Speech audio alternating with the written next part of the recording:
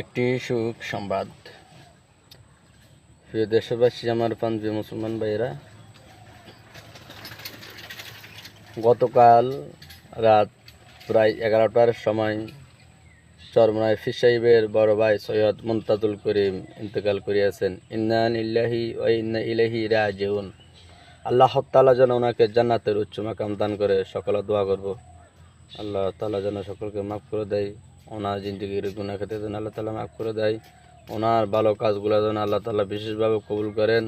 আল্লাহ তাআলা যেন ওনাকে মাফ করে দেন, জান্নাতের উচ্চ মাকাম যেন দান করে, আমরা সকলে দোয়া করব। আজকে 28শে আগস্ট